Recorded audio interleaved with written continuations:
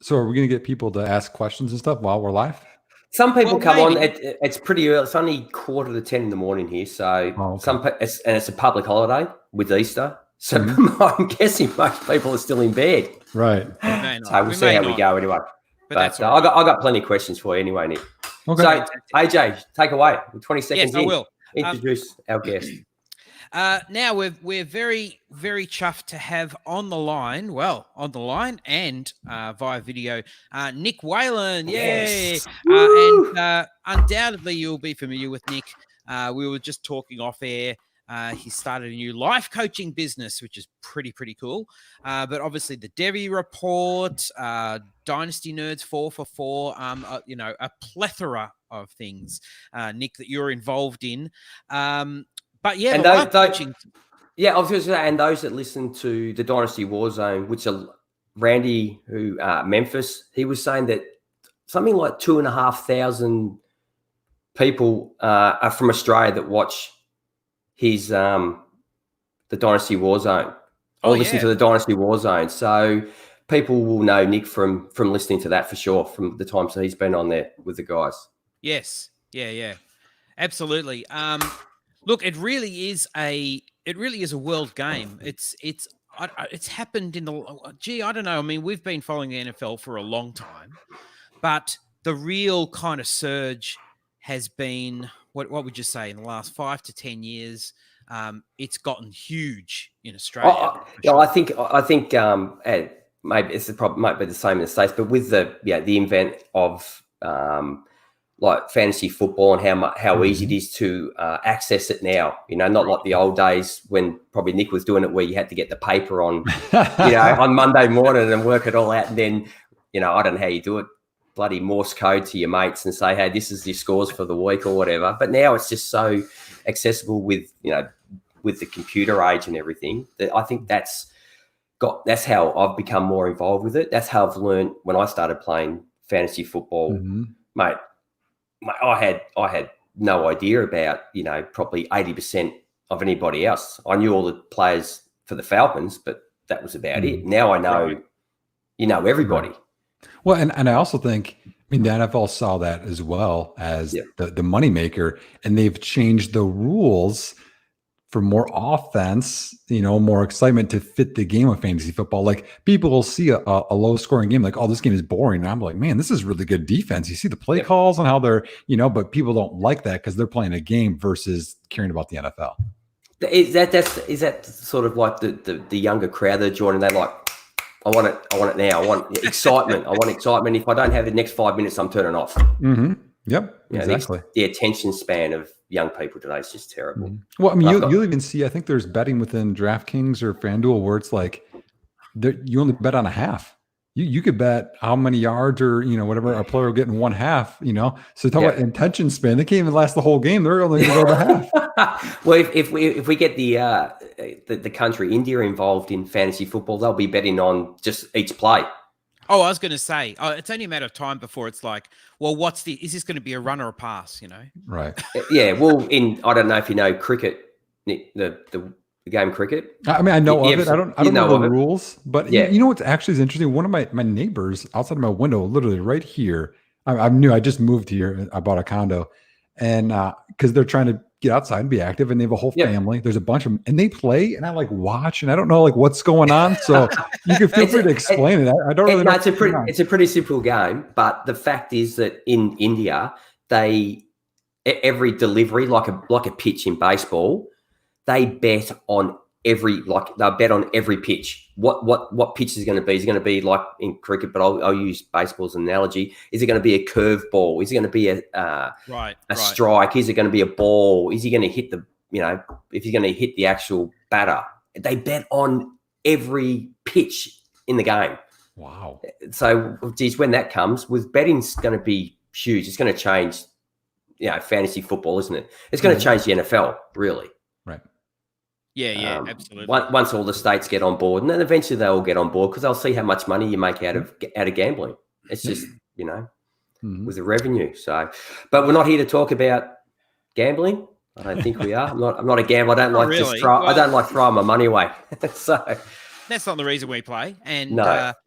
And Nick, we were talking about all the stuff you do in terms of Devi, and that's, I mean, you bring a sort of a different perspective to the rookies, to other people, because people like G and myself and a lot of fantasy players kind of look at the rookies once the NFL season finishes up, and then you sort of start looking at the incoming class.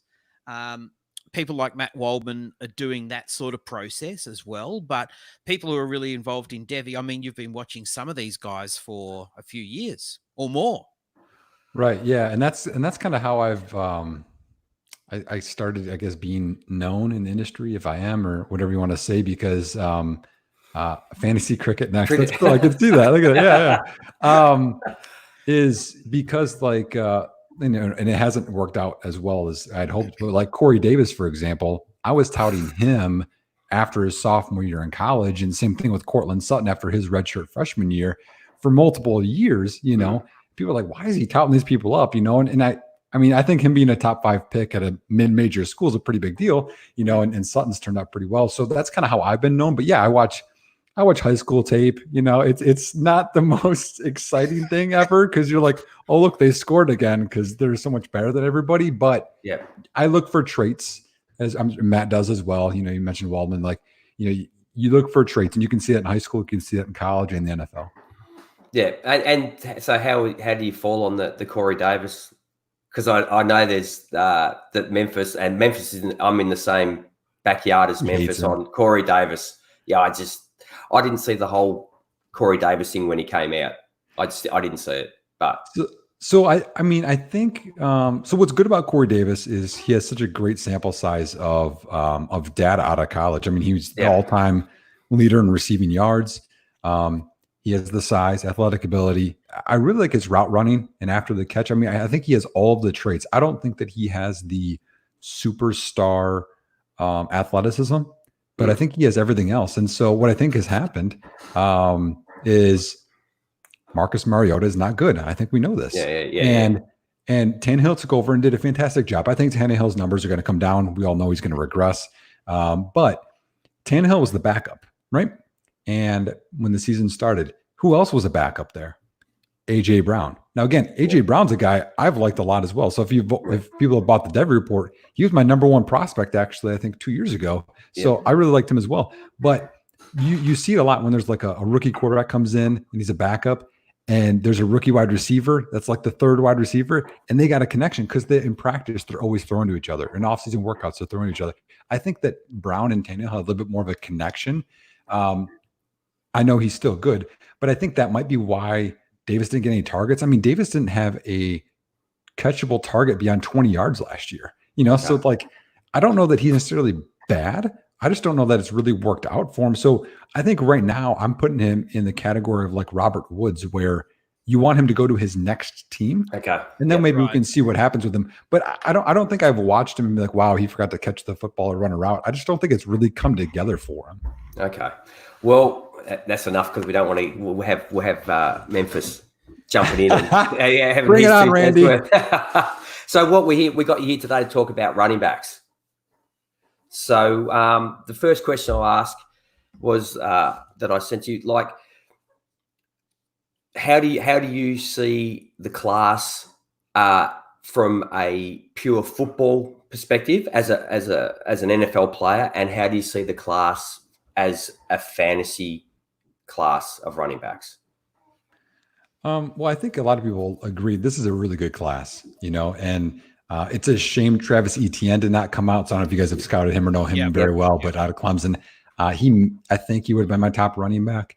Najee Harris went back. Chuba Hubbard went back. I mean, this could have been historic class potential. I mean, you're talking, you know, a few years ago when that one class came out, but I think it's a really good class in terms of NFL. It may have more of an impact, you know, because we don't know how good of a pass catcher Jonathan Taylor really is. You know, we see bits and pieces of it. And, but I think that this class has the top end guys, but it has some other guys that are depth, I think, where it's really going to help the NFL. And here's the thing that people need to think about, because I do Devi, and there's a lot of people that do Devi. I'm not the only person, but we know what this class is, and we can see what happens in next year year after. You can kind of see now, guys come up, guys, out of nowhere. Yep. Next year's class has ETN, Najee Harris, and Chuba Hubbard, who I mentioned. Man, there's not a whole lot else. And then the class after that, it's thin as well. So this, if you need a running back, this is kind of your last year for a while, I think, besides ETN, who I have really high on, but it's going to get thinner. So I think the NFL is going to kind of pick this class over, as well as I think, fantasy owners need to be like, hey, I really need to go and trade up and get, some of these backs or somebody, you know what I mean? I need to trade up to get him because I might not get that opportunity the next few years. So from a fantasy point of view, would you be looking at like, say a lot of rookie drafts are probably, I don't know, anywhere from 4 to maybe 6, you have 6 rookie draft picks in your dynasty league, or I don't know how many, it all varies. Mm-hmm. So when you get down to those lower guys, would you be looking more at maybe taking a shot at the running backs in this class and go and picking up another wide receiver and sticking him on your roster, on your taxi bench just for now and see what happens? Well, that's a good question. I'm going to say no to that because there's one thing I think that really people really miss the point on this. There's only, you could say 32, but there's probably 45 fantasy relevant running backs each year, right? Because some teams have 2, Yep. But there's not that many spots. Yeah. And you see year in and year out guys that aren't athletic enough, guys that don't have enough skill sets, guys that aren't physical enough, that don't make it. And those guys may be first round rookie picks. Yeah. And I think a lot of times we look at these small school D2 guys and hope they're all going to be Austin Eckler, or years ago, Brian Westbrook or, whoever else. There's such outliers that I think that people really need to concentrate on the high end guys that have the skill sets and hope they make it. And later in your drafts, that's when you go with wide receivers and hope they become Terry McLaurin, et cetera. Yeah. Do you find that, like, I've had some arguments on here that you can talk about someone and someone always go, it's like the old, Tom Brady got picked up in the 6th round, or, like Frank Gore was picked here. Like he's been playing till he's like 43 years old, but you can always go and find somebody, Nick, to compare, but it's you're pulling out one person out of like the last 10 years to do that. You can always do that. So what you're saying is, no, don't go and say, hey, look what happened. Tom Brady was a 6 and Frank Gore's, he can been running till he's 45 years old. Just go and stick to the high end guys. And if it doesn't work out, it doesn't work out. Right. And for me, I'm not looking for a 1-year starter in fantasy, because if it's your rookie draft, you're looking for multiple year starters. And if any of the lower end guys do become a starter, the odds of them being a multiple year starter are low.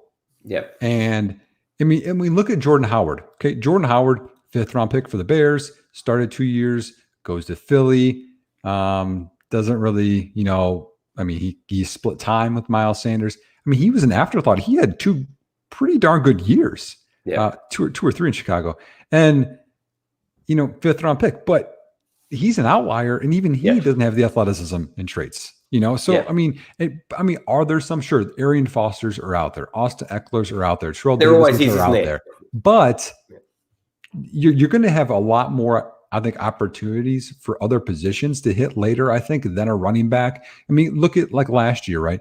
People really loved Rodney Anderson and Travion Williams and all these other guys, and they got stuck behind Joe Mixon, and they're not going to be anything. And they're wasting a roster spot right now. That's a shame about Rod. I like Rodney Anderson, but anyway, that's last year's class. So who are the guys we're looking at this year's class? Like who are the guys at the top of your list? I've got my guys in front of me. I've got a fair few. I've tried to put them in some sort of order. I don't have a scoring system like Matt has, because that's just too confusing to me. I sort of just, the way I do it is I watch a guy. The first guy goes on top of the page. If the next guy isn't as good, he goes underneath. And I just keep sort of doing it and slotting them in where I think they deserve to be against the other guys that I've watched. Right. So after I've watched about 30 guys, I'm really confused. I don't know where to slot him in between what bloke, because I've sort of, you start watching so much, you have to go back and look at him again, because I've looked at 30 guys. What was he like again? I just got to go and make sure.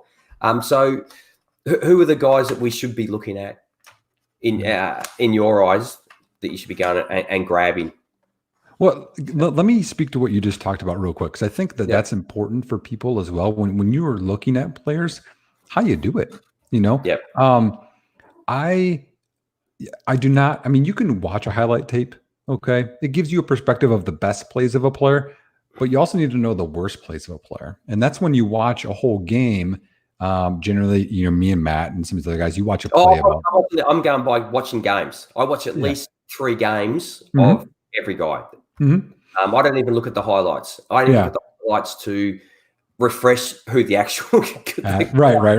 Yeah, Right. So, but I mean, you have to watch each play, I think, multiple times, because you're watching the player, you're watching the line, you're watching the defense. I mean, if it's a big play and it's a big hole and the defense was out of position or took a bad angle, it's not really that great for me. But if he makes a few guys miss, he presses the whole thing, cuts back. Okay, those are things. So I'm always looking for traits, and those are kind of things that I mark. But one of the things that you had spoke to, which I really wanted to hit home on, is when you watch all of these guys, right? You might watch them over multiple days, multiple weeks, right? Biases come in. Bias is so big in everything in the world. You can't. It's the hardest thing to get over, isn't it? Mm-hmm, mm-hmm. It is. I mean, it could be. You might see people do player comps. You might say, "Hey, this guy's the next Shady McCoy," and you look, and that college guy's number is 25. People do it all the time, where a number might influence them. Your favorite team might influence them. A style of player. A lot of people like speed. Speed might be something you're putting too much bias in. So, but also your mood that day. I found where I like Raven. Raven's got some good comments.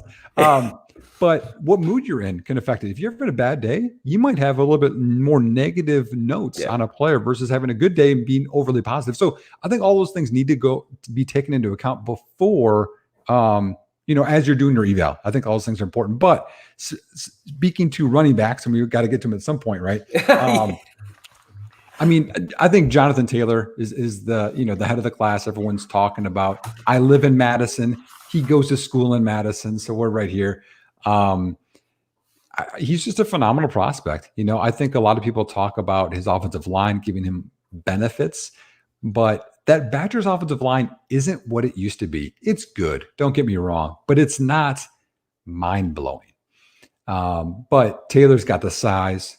He has the vision. And what's interesting is all of these players running the football is an art form. It really is. And you look and they all do it so differently.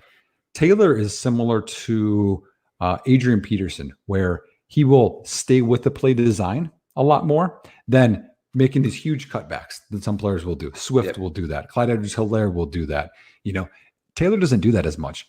Taylor's issue, in my opinion, is if there's really no hole, his instinct is just to go straight ahead. If he presses the whole center, he'll run into a brick wall. And sometimes that's kind of his negative, I think, is that I would like him to be a little more patient or bounce outside. And there's some guys, they bounce outside way too much. And you're like, man, you need to run inside. When he bounces outside, if you watch him, he is always looking to bring it back inside at the first opportunity, I reckon. It's not like some guys go to the outside and they just figure, well, I'm just going to go all the way and try and run around. Mm-hmm. He to me, he's always looking to just cut it back in. Mm-hmm. And I think it's because he's a good decision maker. Yeah. And that's the thing that I like about him. The most underrated part of his game that people don't give him credit for, and he's not a power guy, in my opinion. He can be powerful. I don't think he's that powerful, though, even though he's a big player. He's not, Peyton Hillis a few years ago running people over. That's not who he is. Talk about bad fantasy picks. Go on. He had that one year, man. Yeah, I know. But he does make these really subtle cuts, and he makes people miss a lot. He's not making these huge cuts. He's not DeAndre Swift making these huge cuts and making people miss. He's making these real small cuts, and then he's only taking on half of a defender instead of the whole defender, which is really important. You're going to break a tackle more when you only get one arm on a guy versus you're going to get the shoulder and both arms, And so he does that stuff often. He struggles a little bit with guys getting penetration early, getting near his feet. His hands, I think, are okay. I don't think they're great. I think that he could be he can Nick Chubb it, if we're going to call it, where he's going to get 35, 40 receptions. Maybe he's not going to be 50, 60. I like the fact, though, I mean, that when he does catch the ball, he doesn't allow it to come to his body. Like there's some running backs in here, and they get some of the worst hand positions, and they allow it to come to the body when they don't have to. He will catch it with his hands, which I think shows a confidence in his own ability, that he has no problems doing it. And the one thing I've liked over the years of watching Taylor is I think that he's evolved some. I think he's learned, and like with hands, he knew that was something he needed to work on, his route running as well. Yep. And I think he's avoided more than he did his freshman year in terms of, I think his freshman year he was just a really good athlete and they had a better O-line. And he's just learned, and I think he's a pretty good worker. He never gets into trouble, So for me, I think and again, I don't love the combine, but I did not think he was running a 4.39. That's at his size, and he weighed in heavier than I thought too. I was like, oh, he's that big. Yeah, so it was pretty remarkable. But yeah, I have him up there on the top of my list. Where do you guys have him? I had him. Just let me have a look. I think I had him at number. I'm just having a look. Number 3. I think I have him at number 4. Number 4. Oh, yeah, boy. Sorry, dude. Sorry. 3. No, 3. 3. Sorry. 3. Okay. Yeah. But I think what you were saying about he's not as powerful. He does look like a powerful guy, but I think he's one of the best runners of where his pad level is, and he has that lean that doesn't put him. There's a lot of guys on here that lean too far forward on contact, and if they break the contact, they're stumbling forward. Like they're actually clear, but they're so far over their feet, over the board, that they say, that they just can't go any further, where he runs at that perfect sort of over his feet level, which makes him look more powerful than he may be, just because of that contact balance. I think he sifts through trash really well. And that's where the underrated part of being a running back is that it's not these huge lanes and running through it. Anybody can do that. It's getting 3 or 4 yards when 3 or 4 yards aren't there. That's really important as a running back. And I think Taylor does a good job at that. Yeah. And I call him, I put guys in like 90-degree cutters, like Swift, that can just change, and 45-degree guys. And I have Jonathan Taylor's a 45-degree cutter, because you only have to make half a step to one side, like you said, to only take half a guy on, or even that's enough to avoid a tackle altogether. But what's important too is to realize who you are as a back. And some guys don't know who they are. And he knows he's not a big cutter. So what he doesn't do, he doesn't dance. He doesn't mess with his feet that much. He keeps his momentum going forward if he can. And he gets what he can at that point, which I think overall helps your average and helps your offenses versus trying to dance. So like a guy I did not like last year, and he went to my favorite team in Chicago, is David Montgomery. Did not like him at all. David Montgomery is playing like he's in high school again, where he's more athletic than everybody. He can outdance everybody, outrun everybody. Then he goes to the NFL, and you're not that guy anymore. And it's an issue because you're not gaining yards. Taylor's always moving to gain yards, which is important. And he's a good athlete, so it works out. Okay, so let's talk about a guy that's all over the shop. He's the ping pong ball of, what is it? What do you play? What they say? What's that? Pinball. The pinball machine sort of type guy, yeah. And that's DeAndre Swift. Okay. There you go, Ravens. What about Swift? He's all over the shop, isn't he? Like he'd almost like his offensive line go, where the fuck is he gone? I have no idea. he's not where he's meant to be, and he's always like, he's over there. He's sort of like that, isn't he? Like this is a guy that is, his change his direction is seriously quick. Like some guys can change. There's a few guys in here that can cut, at a speed, but they actually slow up when they cut sharply. Yep. Have to take a couple of steps to get momentum. Swift doesn't need that. Mate, it almost looks as though he's actually accelerating out of his cut. Well, and for me, the reason for that is he's always under control and on balance on the field. If he's cutting, if he's moving, if he's pressing the hole, if he's whatever he's doing, he's under control. And the other thing that I love about him is that I think his game oozes with confidence.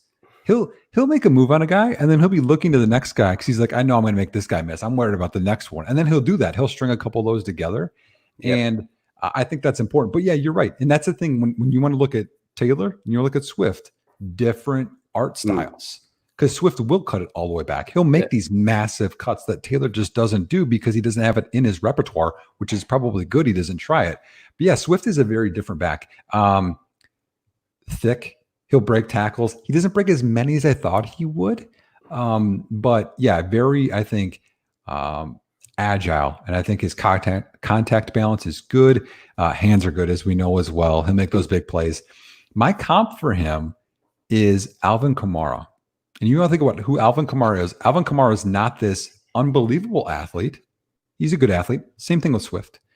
But great pass catcher, great contact balance, will cut people. He'll bounce off of contact. And that's a lot of what Swift is. It's going to be interesting to see what the NFL says about him and to see how many touches he'll get per year. Just like Kamara. We want Kamara to get 350 touches, and he doesn't get it. And there's a reason for it. And we'll see what they say about Swift. So the one thing I liked about Swift is how your eyes and your feet match up. What your eyes see, your feet do. But sometimes I'm watching him and go, mate, his feet have made the decision where to go before his eyes have actually. It just seems like the decision's made so quickly. You think, mate, he didn't even have a chance to see that, and he's very good at reading the defenders. Like there's some backs that they can read the hips of the guys in front of them, and they already know where they're going, and they know they can't snap it back the other way. They just can't do it. I think Swift anticipates is what you're saying. Yeah.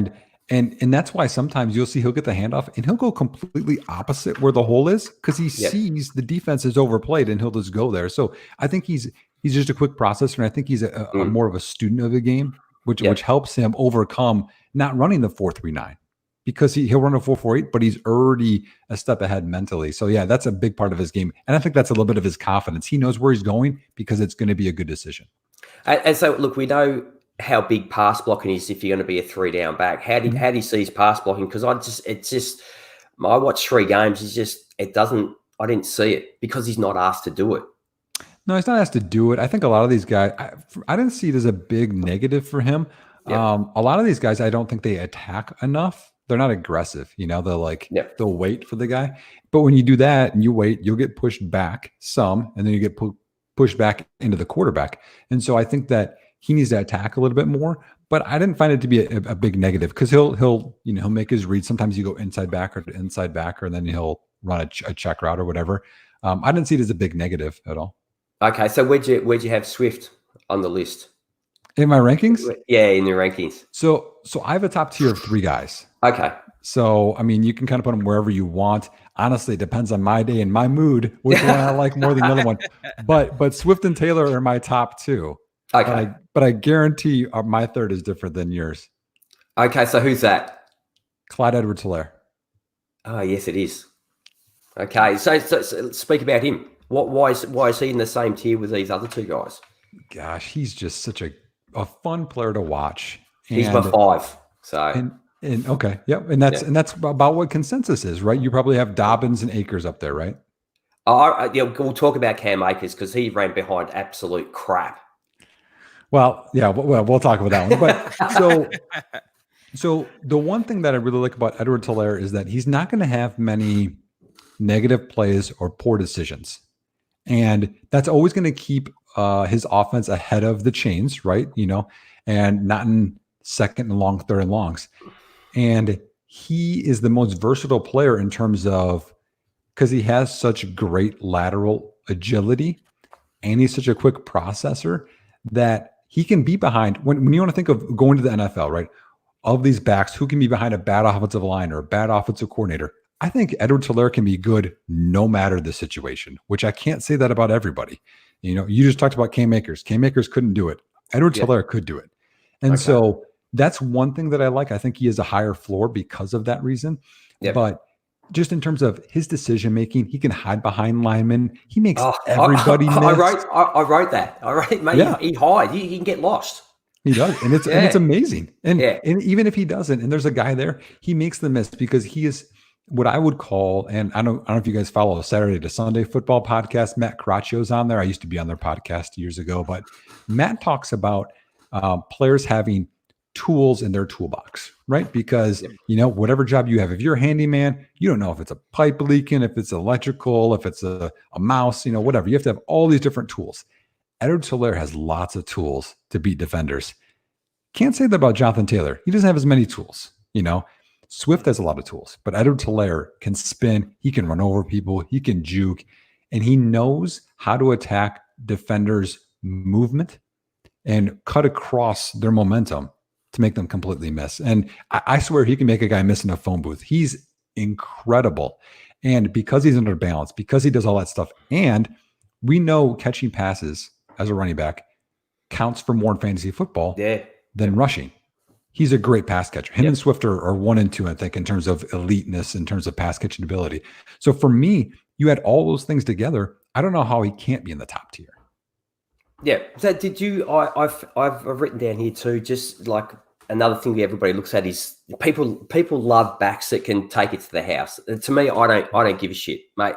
You give me if you can just give me 20 yards. If your big play is 20 yards, mate, I'm happy with 20 yards. My word. Yeah. And he's that sort of guy. He's got that explosion, but he doesn't have his explosion happens quickly, and he's not an open field speed guy. But I don't, mate. I couldn't give a rat's ass about that, mate. You give me, But I think with his quick decision making, so I mean, there's some guys where they trying to think of some guys in college like that. I think Dobbins is similar in this way too, where if they see an opening, they'll go and he'll get solid big gains. But I mean, the 40-yard dash, I mean, seriously, it's so incredible. Like what people care about. Edwards-Helaire is on the field, has good enough speed for me. And I know people will talk about size. I mean, but he's 5'7", 207, and J.K. Dobbins is 5'9", 209. And if you like J.K. Dobbins and you're not worried about his size, why are you worried about Edwards-Helaire? Because his BMI is way better than Dobbins. So I got to speak to the draft network, mate. They're giving me false sizes here. They gave me 5. They gave me 5'8". For who? For Edwards-Helaire. Oh, did they? Maybe I have it wrong. No, you're right. No. They're about the same. So, hey, but we're all looking for that extra inch, Nick. Come on. Yeah. I just think that he is such a versatile skill set that he can fit way more than a lot of these other backs we're talking about today. Okay, but more of a very well-rounded. Like if you had the graph with it, they have like where the spikes come out. He's more very balanced. Yep. As a back.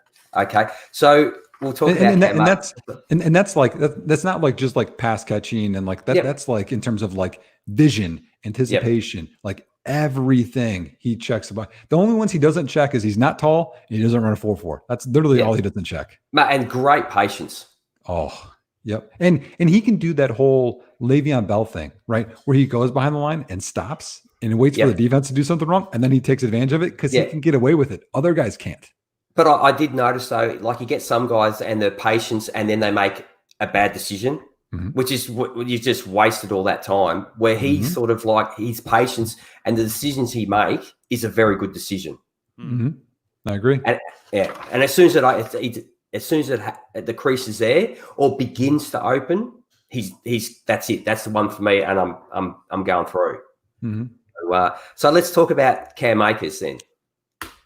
Like I saw Cam Akers, just said, Matt, it's hard sometimes because of last year we had Royce Freeman. Everybody, I didn't like Royce Freeman. He ran behind an offensive line that if they were out the front of the Titanic, it would never hit the iceberg. Mate, the whole thing he ran through, and his offensive line was so dominant over the people they played that it made him look. Look, he's off again. Well, mate, have a look at the hole. You could have drove a semi through that freaking thing.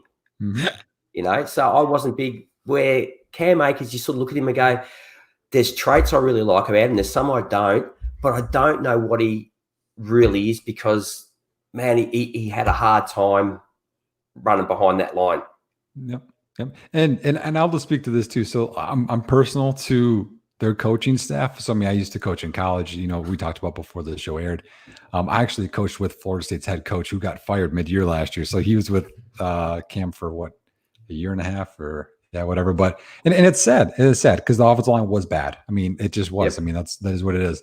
But with what I do and looking at traits, I don't care if there's big holes or small holes. I just look at the running back and what their decision making was and what they did with what was given to them. Because in the NFL, you're going to have bad plays where there's nothing there and you got to do something.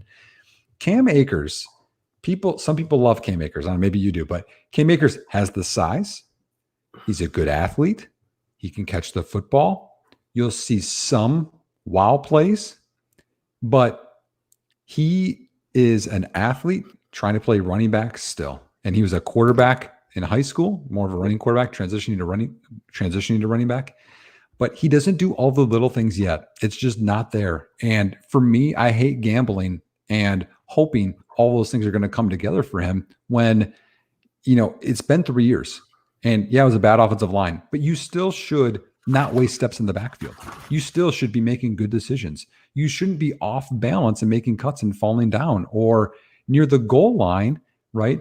Hopping towards a very blocked area with a bunch of with linemen in your way, and then trying to cut. And now you're off balance, and then you have to try and lower your shoulder, and you're just going to go right down with, like you had said before, where your head and your momentum is way far in front, and you're going down. He makes all of these things are like just the techniques and stuff aren't there. Now again, is his confidence gone because the O-line was bad? I don't know what it is, but there's so much mess to his game that I don't want to take a chance on him in the top 5 in a rookie draft. I just don't. He's not a finished product. Could the good things all go together and he becomes a top 15 running back at fantasy? Sure, it could happen. I think it's in the minority though. I think, I didn't like David Montgomery coming out. I didn't like, there's, things with him where he was poor decision maker, poor approach to line of scrimmage, similar. Now again, not as good an athlete as Akers is, but those things just really bug me a lot. Another thing that I had down, like we talk about the pass blocking part of it, and especially going to be like the guy. Mate, I hate guys that when they pass block is they'll drop their head at contact. He does that all the time. And mate, you so often you see the guy, they work it out. As soon as I get one step away from this guy, if I just step left or right, he's not even going to see me go around him. Yep. And he missed assignments too. He missed guys that he was supposed to block more often than not. And I know that whole team was a mess, and I don't know if it was like his morale was down but he just didn't seem like he was a high effort guy that was positive and I'm going to lead and let's get this done. He just seemed like, man, this is just a mess. I'm here. I don't want that guy.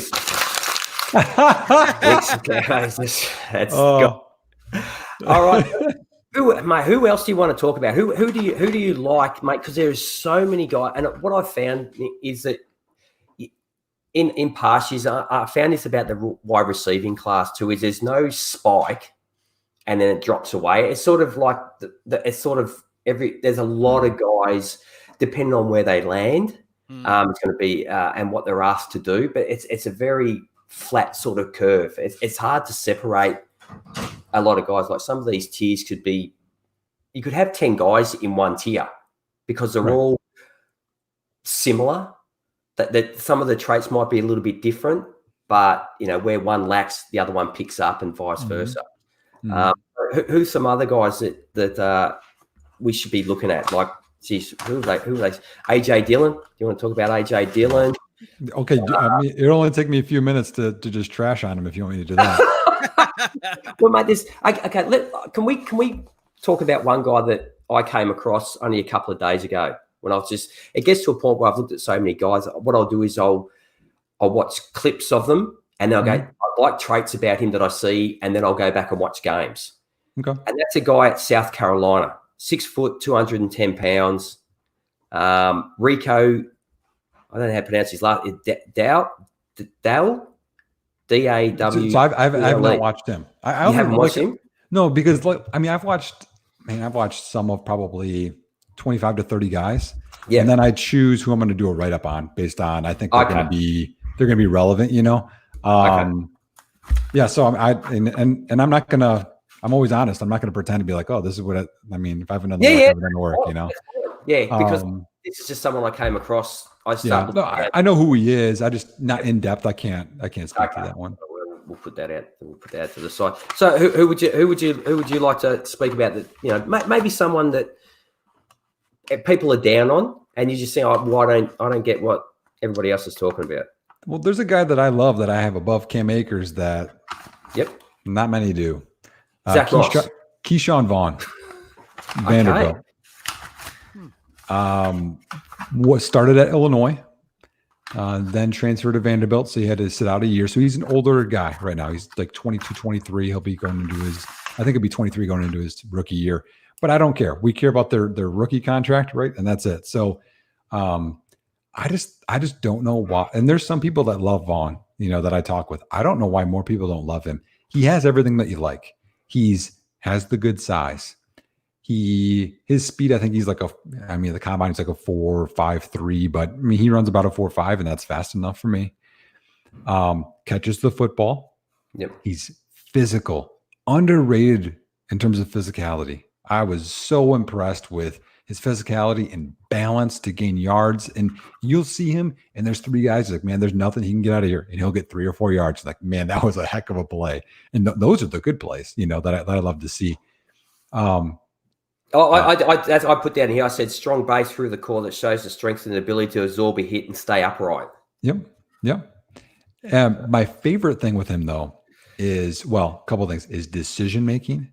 He always makes good decisions, and he has great vision. He'll set up defenses and cut back. He's just, you're talking about a zone scheme. He'll press the hole and then cut back, or he'll set up a blocker so he'll get maximum yardage. He played at Vanderbilt. We know it's not a great school. He's a marked guy. I'd have to pull up his stats here. What did he have? He averaged 7.9 yards per carry 2 years ago in the SEC, and he had 5.2 yards per carry this year. Nice. But where's this been the whole time, AJ? We could have this going ages ago. Muted, sorry. There you go. Yeah. Where's this been, mate? All right, and that's it. There's his whole. Okay. I was waiting for the opportunity. Yeah, this is LSU. I would like for him to cut this one back, but this is still a big game against a big school. He just continually, I think, makes such good decisions where if you're looking for a guy, now again, I have him above Akers. I know he's not going to get drafted there in rookie drafts, but I think that he's a guy that he could start and be one of those surprise starters out of this class, and you're going to get good value on him. I'll take him in the second round all day in this rookie class, and because he does everything that you want, and he does some special plays, but he's such a solid overall player that I think he has a really, really high floor, and not enough people are talking about him. When I watch him, one of the concerns I had with him is that he'll run for the given play. He'll run the given play, and then he'll get stuck there. And if he had just waited, just shown a little bit more patience, other things opened up that he could have taken. And I suppose that's the same about everybody. You're not going to see everything every time, right? But I saw it probably a little too often. That he just run. This is the play. This is going to be the blocking scheme. This is where you're going. And if he had just taken maybe the first couple of steps a little bit, I like guys in the running backs in the backfield to take smaller steps because it gives him time to change the mind, change direction. Sometimes he's just like, okay, this is the play. I'm just running down here where other things were available to him. That's interesting. I liked his approach to the line of scrimmage. I thought, again, like you said, he's not going to make every. What are you talking about, Nick? I know it's the first time we've met, but seriously, mate, do you know what you're talking about? Yeah. I like his approach. I don't think he wastes a lot of steps. And right here, he presses. Right there, you can see he presses, waiting, cut back. Those are all good decisions. He sees what's processing in front of him. I'm so high on Keyshawn Vaughn. I just took him in a rookie draft.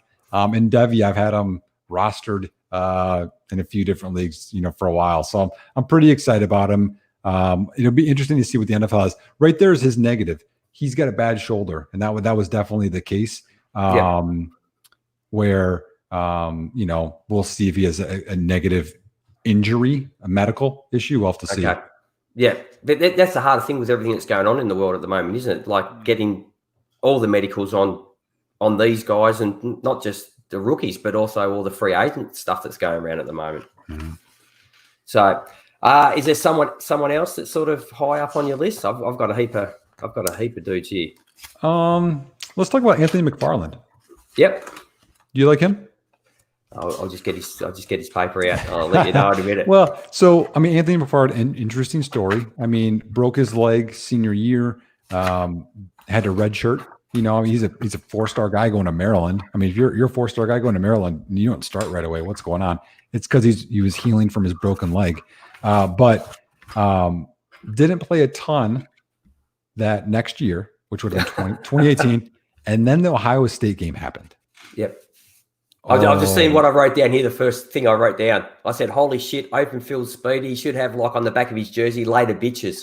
Yeah, right here. I mean, this play right here, they had Ohio State out leveraged, but this game he looked like the best player on the field, and this is Ohio State.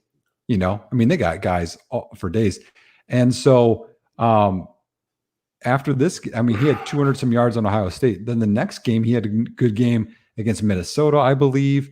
So you had like 2 or 3 good games to end 2018. And I'm like, okay, here it is. It's going to come together, you know.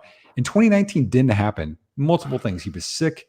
He battled some more injuries kind of throughout the year. And that offensive line was pretty bad in terms of they were young. And so I'm like, well, the numbers weren't there. But then when you watch him play, and right there, yeah, that's Minnesota. I mean, you can just see but some of the holes he runs through, to me, I saw some when he's big plays, mate. Look, right there, he pressed it and cut back. But there's some holes, mate. That absolutely. I said the biggest. I just see him as just a speed guy. He needs a hole. Like I didn't see him really create. I watched. What did I watch? I watched the Ohio State game and the Nebraska game. So that was the one mate, he's the fastest dude out there. He's just he's just an absolute speed guy. But he's changed his direction. He's a 45 guy. He's a what's the term Matt Waldman uses about the linear curvature or whatever he calls it. Like you don't have to cut the ball. You're just quicker than everybody else, you know, on an arc, so to speak. Right. And he's sort of that guy. I find him a bit tight through the hips. Stuff like that, which I think unless he's got an open field, he's not going to make things happen in amongst traffic. And I think the hardest thing to do, Nick, is you have to try and project that he's playing against NFL players in the next level. So the two steps quicker, they read things better. You know, most of these guys would be working at Walmart, you know, after you know what I mean? You know what I mean, though? Or go and get a regular job. Yeah, no, I get you. There's a few things there. So no, he's not a perfect prospect. So the things that you're talking about, I mean, he's not going to be a first round guy or second round guy. So yeah, he's got some flaws to him. There's some tightness to his hips. I don't think he should. If you call it 90-degree cut, I'll just call it a jump cut. I don't think he should jump cut. He stops his speed. It's going to be an issue. He slows him up. Right, but I always call a 45-degree, I call it kind of a pressure cut where you fake one way, kind of go another way, and it's kind of more of an angle. I think he does okay in that area. But what he does do, what I like for a small guy. Now, again, I mean, you want to talk about his size. I mean, he's what did he weigh in at the combine? Sorry, give me a second. 208. So I mean, like again, Dobbins was 209. You know what McFarland does is he runs aggressively and hard, maybe almost to his detriment between the tackles. Like right there, he's running through that, and that's important for a smaller back, in my opinion. But we can find things like that though. This is the whole thing. For something to be a consistent thing to play, I got to see him do it constantly. Like it's like some guys say, "Hey, look, he did this and he did that," but I only saw that like maybe twice in 3 games. That does to me that doesn't make him that he can do that on a consistent basis. Do you know what I mean? Like everybody can break certain tackles and any certain place. Right. But what are you looking for here? That's what I'm asking. So I mean, like we're not asking. Anthony McFarland isn't going to be a 3-down back getting 300 touches. That was my next thing. We're looking at guys now that they're going to be a committee or they're going to be a pass catching back or not everybody is a bloody a starter is a 3-down back. Mm-hmm. Yeah, like if he is in a Duke Johnson role, I think that's successful because I think that he's aggressive enough to run between the tackles. He'll get his touches. He can catch the football. He has the speed if you get him in space. But if, you said, if you're using him between the tackles and to navigate small areas, it's not going to be a great for him. I do like that he will make himself small to fit through holes, though, because I think that's important too, to utilize what you do have in your size and to get smaller to get through there. But you're right, there are flaws to his game, but he's a guy that I like, I think, more than most. And I don't know. Now, again, so you said you would watch some games. I don't think we saw a healthy Anthony McFarland in 2019. Now, again, I'm worried about injuries. But what I saw in about 3 games in 2018, that's a different guy. And it's like, man, like, so when I'm going to draft him in the 3rd round of rookie draft, which is probably where he's going to go, I'm just thinking like, okay, is that really who he is? Or is he somebody else? And if he could be somebody else, it's a shot versus taking somebody you're like, well, he's a guy that, he might be an injury fill-in or whatever. McFarland could be great if we know he's healthy and he can do some of those other things he did, against teams in 2018. So that's kind of what I'm looking for. But yeah, no, you're right. He has flaws. Yeah. Everybody has flaws. Well, but he has things he can't do. AJ has heaps. Thanks, G. Yeah. So let's talk about Dobbins, because I kind of have a little bit of a different feel on him, I think, than a lot of other people. Dobbins isn't in my top tier, as we talked about. And that's for a couple of reasons. So he went from, let me look at his numbers here. He went from 4.6 yards per carry in 2018 to 6.7 this last year. That's a big jump, right? And so you want to think of the offense of Ohio State, like what happened, they had Dwayne Haskins, right? 50 touchdown passes in 2018, 1st round pick. Then Justin Fields, right? He threw 41 touchdown passes, right? But the difference between those 2 guys, right? One is a big runner and they can do the read option, and one isn't. And when you watched games, or you watched Clemson against Ohio State, we had those big runs. There's huge gaps. There's angles where defenders are leaning towards Fields and not Dobbins.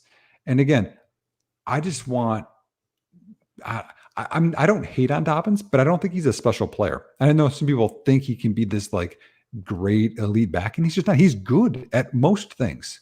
He's not going to be a bad player, but I just don't have him in this top tier because he has these huge gaps and he doesn't have a ton of power all the time. I don't think he has elite speed. He's probably a 4 or 5 guy. That's why he didn't run at the combine. That's an issue for me. Look at that. It's wide open over there. You know what I mean? Like, I think he can catch the ball. He's not elite like Swift and Clyde Edwards-Helaire.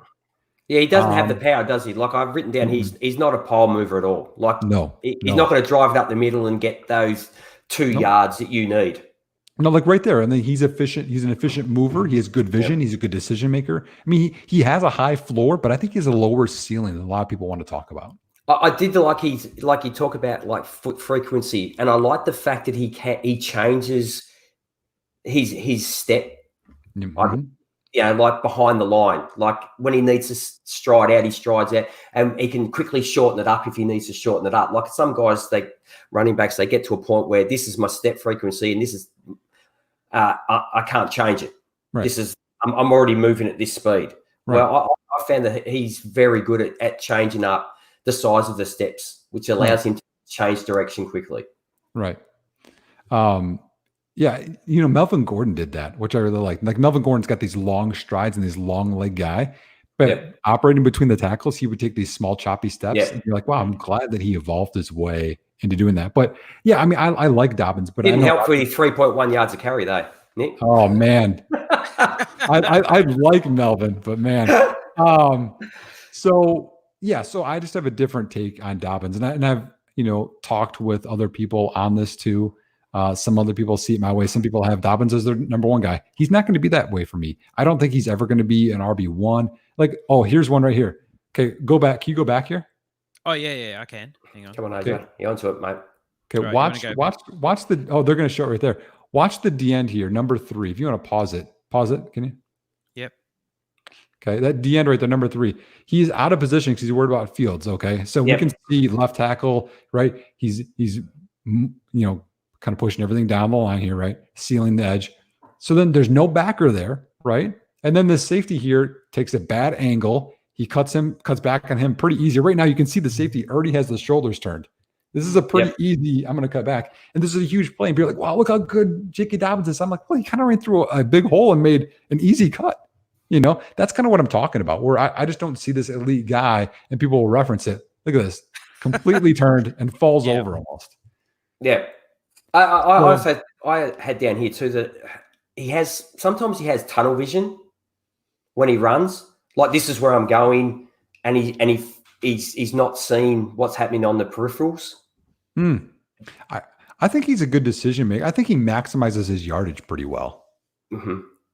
But maybe. I just, when I talk about him, I know people think it like I'm so negative. You have to talk about what players can and can't do, and I just don't think he consistently is going to be this great guy. Mate, there's no one. I don't think there's ever been a player that's come out didn't have a negative, Nick. No matter who you are. Right. But I mean, there's guys that can overcome. Like, I mean, nobody in this class is Barkley. Nobody in this class is Zeke. Yeah, Zeke. Like, I like Barkley, but to me, I've only been doing this stuff for a bit, like watching film for maybe 6 years, 7 years. Mate, Zeke's still the best runner that I've seen come out. Like I said when we had Matt on, I've never seen a guy whose body can take up two areas of space at the same time. Like, he can run along the sideline and his legs are in bounds, but yet his body he had great balance. And he just keeps running down the sideline. Yeah. And it's like his lower body's separate from his upper body. Mm-hmm. Yeah, he just has he's so fundamentally sound as a player. Yep. That, I mean, I know Dallas offensive line is kind of going downhill. Travis Frederick's out, but he's still doing just as well because he's so fundamentally sound at like everything. It's pretty awesome. Yeah. Now, have you seen a guy, Raymond? Is it Calais? Yeah, Calais. Yep. Yeah. How do you see? He's a guy, like, I put little asterisks just next to little stars next to guys that either because I enjoy watching them or the guys that I want to go back and like really go in. And I hate bringing these guys up because if someone's listening to this, that I have to play fantasy again, which has happened a little bit. Because a lot of people just listen to guys like what you say, Nick, and that's how they judge who to pick, and they'll go and watch a highlight film. Yep. So how'd you see Raymond Calais? I just don't see the allure with him. He's a small guy. I think he plays small.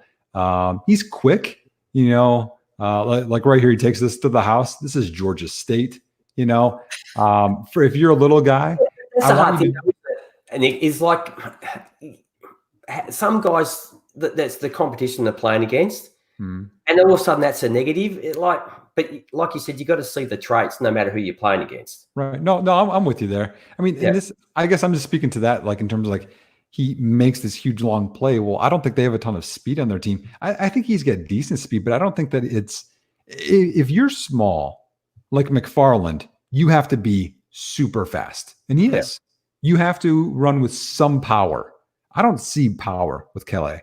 I don't know that he's a great cutter either. I think he's okay. So yeah, I mean, to me, like he's another guy. I didn't do a write-up on him for my publication because I watched a couple and I'm like, he's just okay. He's a third string guy, maybe a camp body. Okay. Yep. That's right. I just marked him down because it's someone that I want to go back and have another look. Mm-hmm. Yeah. I mean, for, Louisiana Lafayette, I mean, it's he's a decent back there, man. Louisiana Lafayette, that reminds me, I was a huge Elijah McGuire fan. I don't know if you did a lot of work on him or not.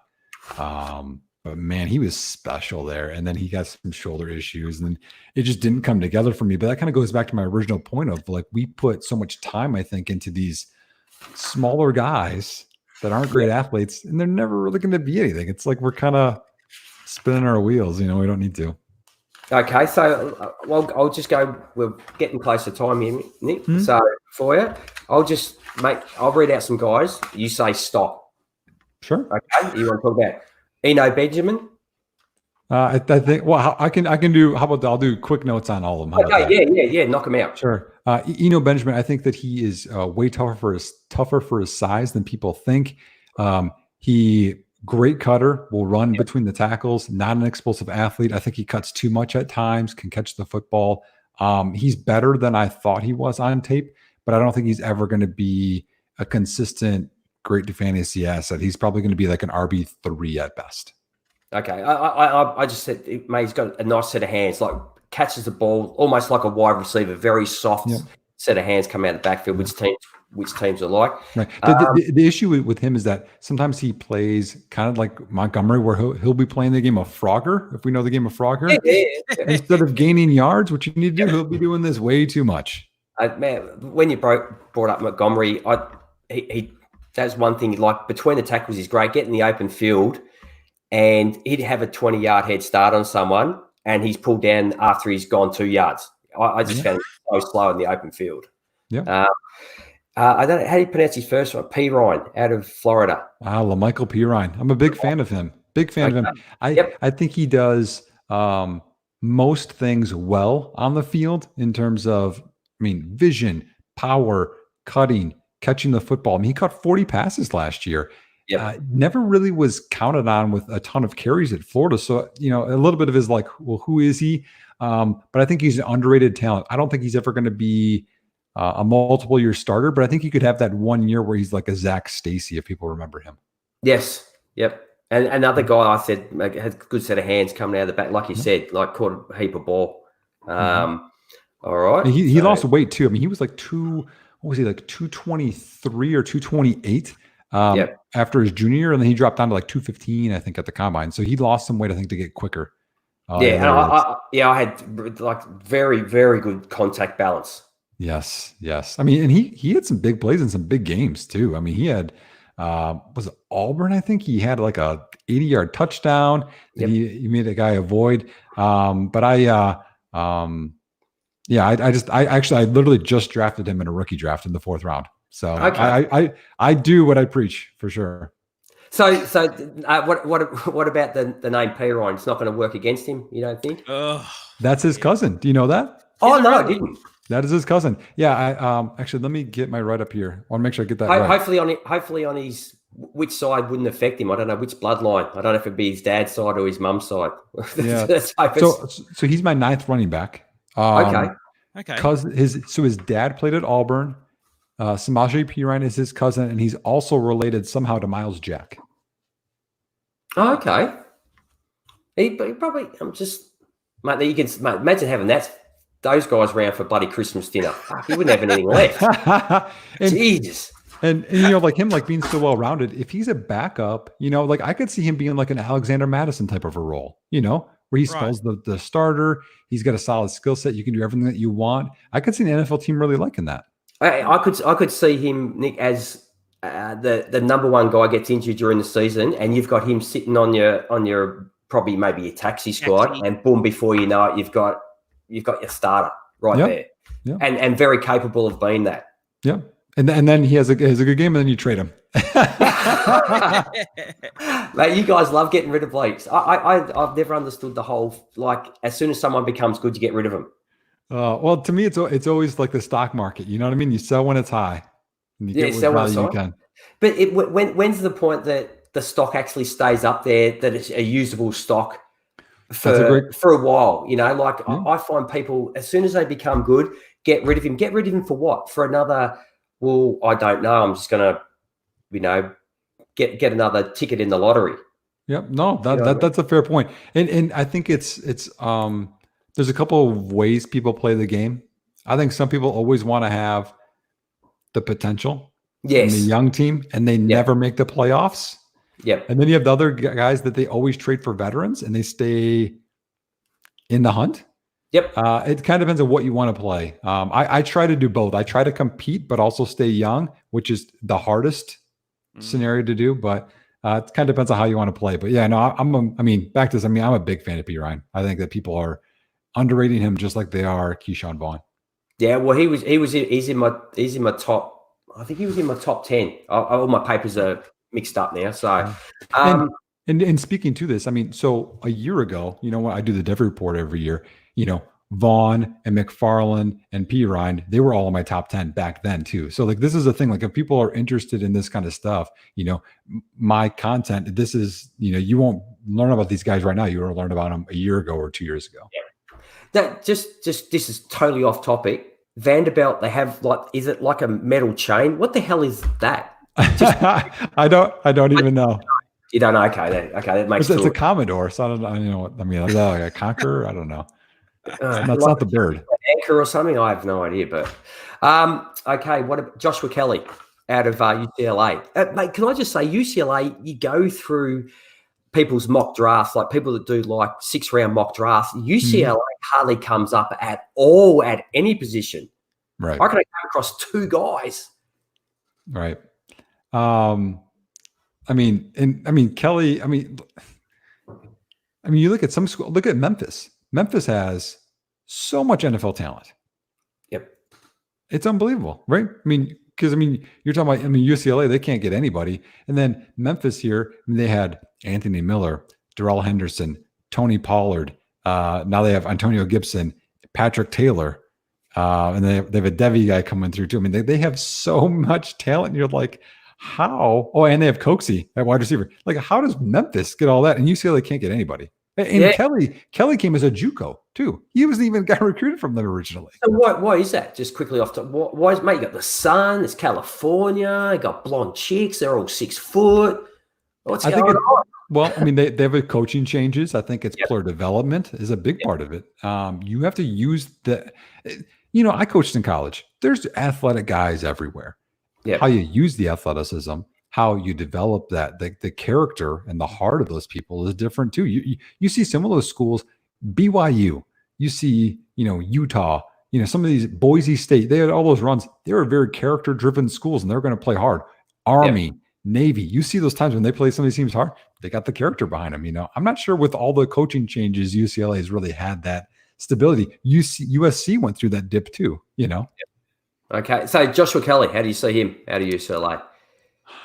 I'm not a big fan overall. Okay. Just his stats over here. He had the 2 years there because he was at UC Davis. JUCO. I said before, UC Davis is D2, then transferred, which is good for him. He had put up some stats, but he ran the 4.49. He's athletic. That's about all he's got, though. I think he really lacks power. I don't think he's a great cutter. I think my comp for him is. Oh man, it is. Oh, it's so sad. I thought it, and then I had to check it. I'm a Bears fan. It's Jeremy Langford.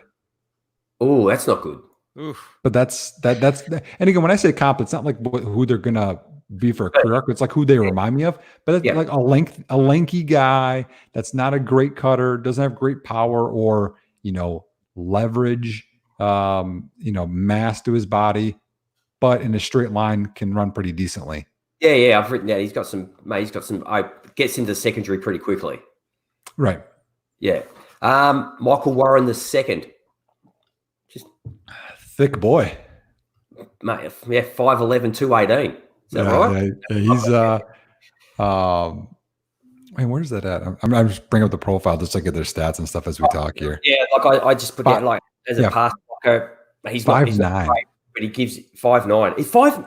Mate, I'm seriously bloody writing into draft net or whatever it is, and say, mate, I got him off of. I always get my size off of Pro Football Reference, and they have the combine there. So I don't know if that's the same, but 5'9", 226. They're giving me his college numbers. Thick. He's thick. I don't really disagree with if people really like him. I just don't think that he's ever going to be fantasy relevant. He runs hard. He makes good decisions. He'll break tackles. But I think he lacks penetration for someone his size. Mm-hmm. He lacks. He's not a power runner. Like you think someone 5'9", 218 to whatever he is, mate. You got to that size. You got to pack a punch. And I think that he's got the attitude to do it. I think that he bounces off of tackle attempts, but I just don't see, there's no explosiveness to his game.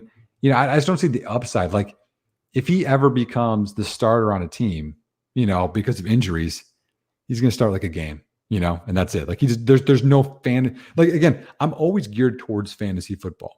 What is the fantasy upside of Michael Warren II? It's low. If you start him, he's like the flex because he has to start for Miami because the top two guys got hurt, and you're like, maybe I'll start him. I might go and put a wide receiver in. Like I just don't see a big upside there. Yeah, and one thing I really hate about backs, which he does a lot, is when the oncoming tackler, he turns his back and runs and tries to push that way. One thing I hate, mate. You put your shoulders down and you run straight ahead. He just turns and runs into him with his back. Or I didn't mind his power as much as you did. Okay, there we go. All right, we can disagree. We won't have you back on, but that's all right. That's okay. Hey, one and done, whatever. AJ Taylor out of Arizona. I see people get the allure with him. I just don't see it as much. I mean, he's small. I mean, he's short, but he's again, when you're small, you got to be super explosive to be fantasy relevant for me. Yeah, and he's not Javid Best. He's not Maurice Jones-Drew in terms of power and speed. It's a good story. He's got some swag to his game, I think. I think that he's got some decent cutting ability and vision, but I just don't see him putting it together to be fantasy relevant. Yeah, I just said he's good in short areas. He gets caught running over in front of his feet too often, though. You know what I mean? Like he's got these short little legs. He's got. As we spoke, once contact balance, and then he falls forward, like he falls over. Yeah. It's almost sometimes like, what do they call it? The turf monster or whatever. Oh yeah, gets hold of him. I know all about the turf monster. Yeah, I know all about it. And it usually comes when the glory's right there too, doesn't it? Yeah. It just comes up. Oh man, that's. I mean, it happens to everybody, but some players it happens a lot. And what's interesting too? Some players they just technically mess it up all the time because if you're running right, let's say behind the line of scrimmage, running right, and you have to cut up, you want to cut on your right foot. Yes, they might cut off their left foot, getting all excited, and then they tip over. Yeah, but it happens. You'll see guys do it multiple times. Like cut off your right foot. Yeah, well, it's a bit like if you go water skiing, you always cut better on one side than you do the other. It's just a natural. Oh, right. Mm-hmm. Thing. Do you know what I mean? Yep. Siwo. Oh, geez, can't even pronounce his name. Out of TSU. Out of TCU, yeah. He's a big guy. You know what I mean? I don't. Woo. I mean, he's got some power to him. He's been hyped up for quite a few years there. I actually like Darius Anderson there more than him. Okay. Yeah. I don't know if you've followed him much at all, but I don't think he'll ever really put it together there. I mean, Anderson, his style is rounded, and that's being kind. Right. Anderson is similar to Josh Kelly, in my opinion, where he's like like that Jeremy Langford or like Travion Williams, where he's got like these long legs and he like doesn't know what to do with them sometimes. But I don't really see him putting it together either. Yeah, I said change direction takes forever. Mm-hmm. Yeah. Mm-hmm. For a guy his size, he doesn't show the aggression that he should when he meets on defenders. It's just not there, mate. You're 240 pounds, for God's sake. Well, if you want to talk about that, we haven't talked about AJ Dillon yet. Oh, we haven't talked about AJ Dillon. And if you want to talk about a guy that is big, but doesn't play up to his size.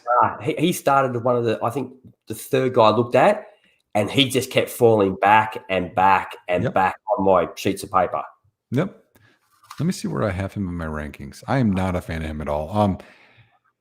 And the thing is if people watch him, get him up, highlights, you watch the combine, you love AJ Dillon. Yeah. You watch games of AJ Dillon, and I'm like, I was on the Harris football podcast. I don't know if you guys listen to him or not. Really nice guy, Chris Harris. He used to be ESPN, et cetera. But I told him on there because we did running backs. I've never seen a bigger guy that's a better athlete. There you go. With worse power in my life. He has a small running back mentality trapped in this ginormous man. I said he doesn't have pure intent when he runs for a guy his size. There's no. It's almost like if you're going to run into a brick wall, right? And you know that wall's going to hurt, so the last second you're going to like hesitate. That's what he does before contact. I feel like he never gets the push that he should. He looks fantastic. That's a hole though. Look at the size of the hole. Right. Yeah. Huge hole. And look, he's like turning and moving already. You're almost 250. Run over these guys. Be Peyton Hillis. I said that too. When he runs into contact, he turns, instead of running through someone, he turns sideways. Yep. So what are you doing? You're 200. You're 6 foot, 250 pounds, mate. You should be trucking people. Yep. And the other thing that you don't like about him either is he didn't catch the ball in college either. Which, okay, if you're going to be this guy that doesn't use the power as much as he should at all, and he's this fantastic athlete, and he caught the ball there, but like you want to be a good pass catcher. You want to catch 40 passes to be relevant. You know what I mean? I don't think he's ever going to get that role. And if your job is to be a power guy and you can't be a power guy, I don't know. I just don't know. Like, how is the role going to be for him? Like, I just don't see it. And he's going to be like a 3-down, like your power guy, 3-down guy. Pass blocking is like, oh my, are you serious, dude? Yes. Mate, you stand there and these guys just run around you. Like, there's no aggression. It's just like, yeah, okay, he got around me. Like, how often you see guys just left, right, side, doesn't matter. Yep. And he gets trucked too by tight ends and everything. Okay, right there's an example. Like he there's one guy in the hole. He's on the one. He has a head start, and he's going to go over him. And is that a safety? Oh, that can't be good for your neck. Yeah, and he barely gets in. It's like just run through him like a normal running back, and you're 250. Yeah, so we're on the same page. Yeah, I'm not an AJ Dillon fan. Yeah, he just kept moving, and I was actually, because I hear people talk about him, Nick, and I'm keep moving him down my sheet. I'm going, am I missing something? So thanks for clarifying that I'm seeing the same thing that you've been saying.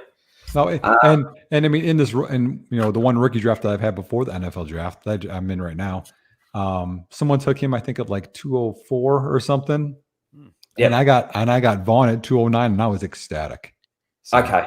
Yep. Okay, we've got 3 guys just quickly, and then we'll let you go and put pen to paper. Antonio Gibson is someone that a lot of people are talking about because he has that sort of wide receiver, running back, tweener sort of thing. And I started watching him, and I was just thinking, I sort of stopped because I didn't know what to make of him. Mm-hmm. I don't know what position he's going to play. That's what I said. He's down as a receiver. He's down as a running back. What I saw as a running back, is he really? Are you going to take him over half of these other guys on this list as a running back? I don't know. But people are talking about him as like he could be this new something special. That's because people love the combine. If the combine didn't happen, they wouldn't talk about Antonio Gibson. Yeah. I mean, this is bad tackling. That's and I don't see 4.39 right here. I just don't. No. Play speed's not 40 speed. No. And I mean, he returned kicks. Bad tackle, missed. I mean, that's just a bad tackle. I mean, it's just bad angle. That's what you need to look at. So I don't know. I mean, he has at times you can see he's trying to learn to be a receiver, a slot guy. In terms of running, I don't see like great lateral ability to cut out of a break for him. I said the cuts and routes are stiff, lacks flexibility, no knee bend, stiff hips. Yep. And even as a receiver, his routes are slow and labored. Yeah, and I think he like the cuts that he's supposed to do. Like the stemming a defender at the top of a route. He does it, but I don't think he does it based on the defender. He just does it. Do you know what I mean? Like, you need to attack. You need to attack the outside of a defender to get him to turn and then cut inside. He doesn't do all those things yet, but he'll make some splash plays here, and people are going to like him because of the 40 time. But I won't own him in any fantasy league. Yeah, I won't be picking him up. Scotty Phillips out of Ole Miss. Haven't done a lot of work on him. I think I watched maybe one tape, and I wasn't too big of a fan, so I didn't put any more time into him. Okay, I'll just move him aside then. I'll just keep him for if we play in a fantasy league together. I'll just put him aside. Are you a big fan? Look, mate, you're going to find positives and negatives on everybody, aren't you? Everybody's going to have things they're really good at, and these are guys that are going to be committee or role players probably at best. But look, everybody's got good traits, and everybody has stuff they really need to work on. Mm-hmm. But I just like he's not a 3-down back. I just put that question there. No, he's small. He's a smaller guy. Yeah, he is. But I got him as shifty. He has burst through the hole. He gets up to gear quickly, which is good. So he's not going to take it to the house. But like I said, I don't need guys to do that when they're at running back. Mate, if I want 7 yards, I want you to get me 7 yards. Yeah. If you can get me a first down on your carrot, mate, fantastic. I don't need you to take it to the house. And he was there, I think, all 4 years. I think at Ole Miss, right?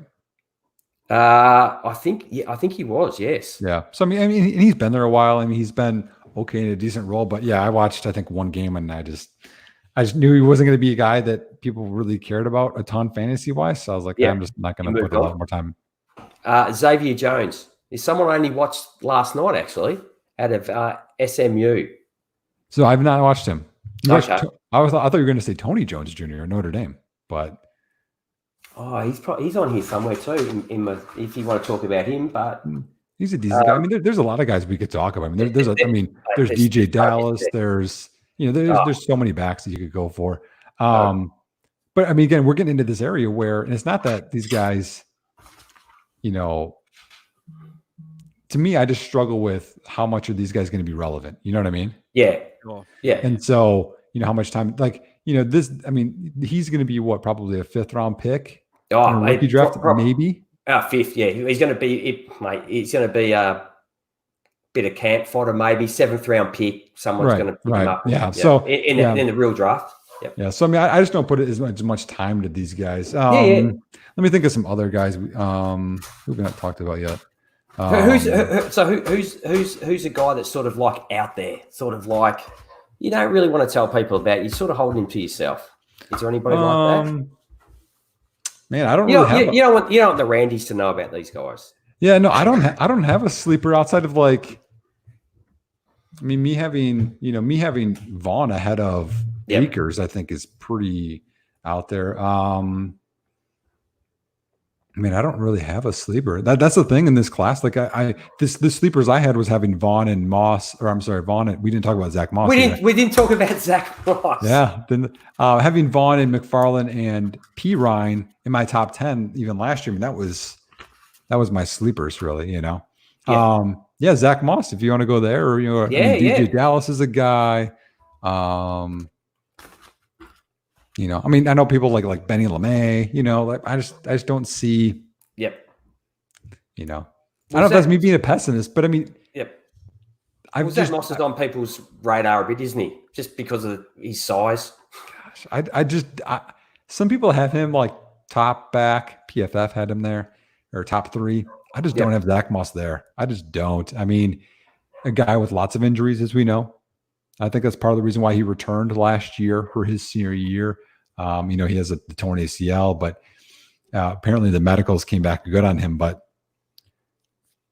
I think he changed his running style a little bit. We talked about, McFarland maybe changing his running style so he doesn't get hurt all the time.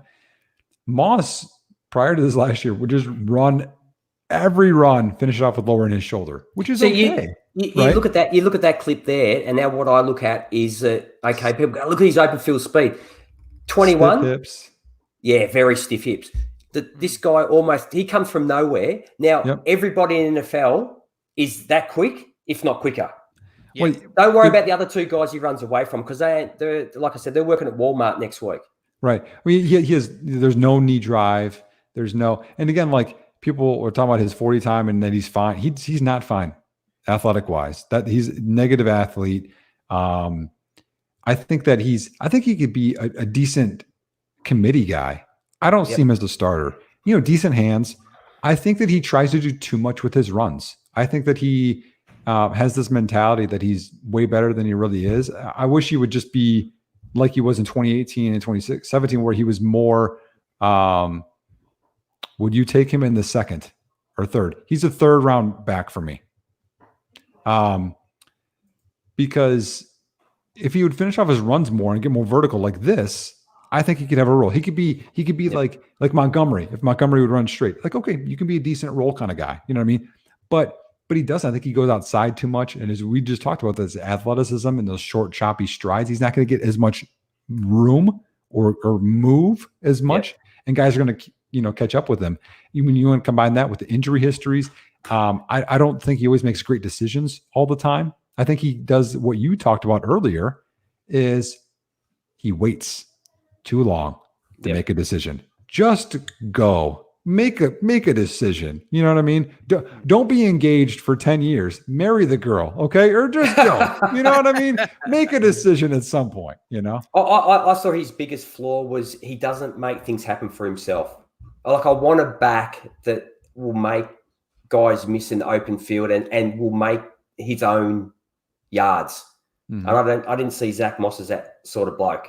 He'll get what's blocked for him, but outside of that, he'll just try and run over someone. That's because he slows too much when he has to go laterally. He must got tackled there. He caught that he was wide open. He must got tackled there. I mean, it's just the things you look at, aren't they, Nick? And you go, that's not going to happen it does, but it's not going to. More than likely, he's not going to get a touchdown there. He's going to get tackled. Right. Yeah. So yeah, he's a guy that I'm just not as. I'm not as high on as anyone else. I mean, I think I have him. Hopefully, you guys know where I have him ranked here. Oh, we haven't talked about Darrington Evans. We haven't talked about who else. Jeez, we're getting close. We're almost an hour and a half. Yeah. You're right. Yeah. Well, yeah, we can let it go. I mean, I have Moss 12th in my rankings. So. Oh, okay. Darrington Evans. I'm pretty sure I saw him somewhere on my list. Absolutely. We've been through a lot. Patrick, was it Patrick Taylor Jr. you were speaking about? Did you find better? I don't mind Taylor. I think he's. He ran for 1,000 yards with Darrell Henderson running for however many yards he ran, and then he kind of got a little, pushed aside this year. I don't mind Taylor really. I think. You want to talk about Taylor in terms of I think he's fairly technically sound. I think he makes good decisions. He makes good cuts. I think he uses his athleticism. He knows who he is. But I don't think he's sneaking through. Hey, what's going on? This is professionalism. Amateur hour, mate. Amateur hour here.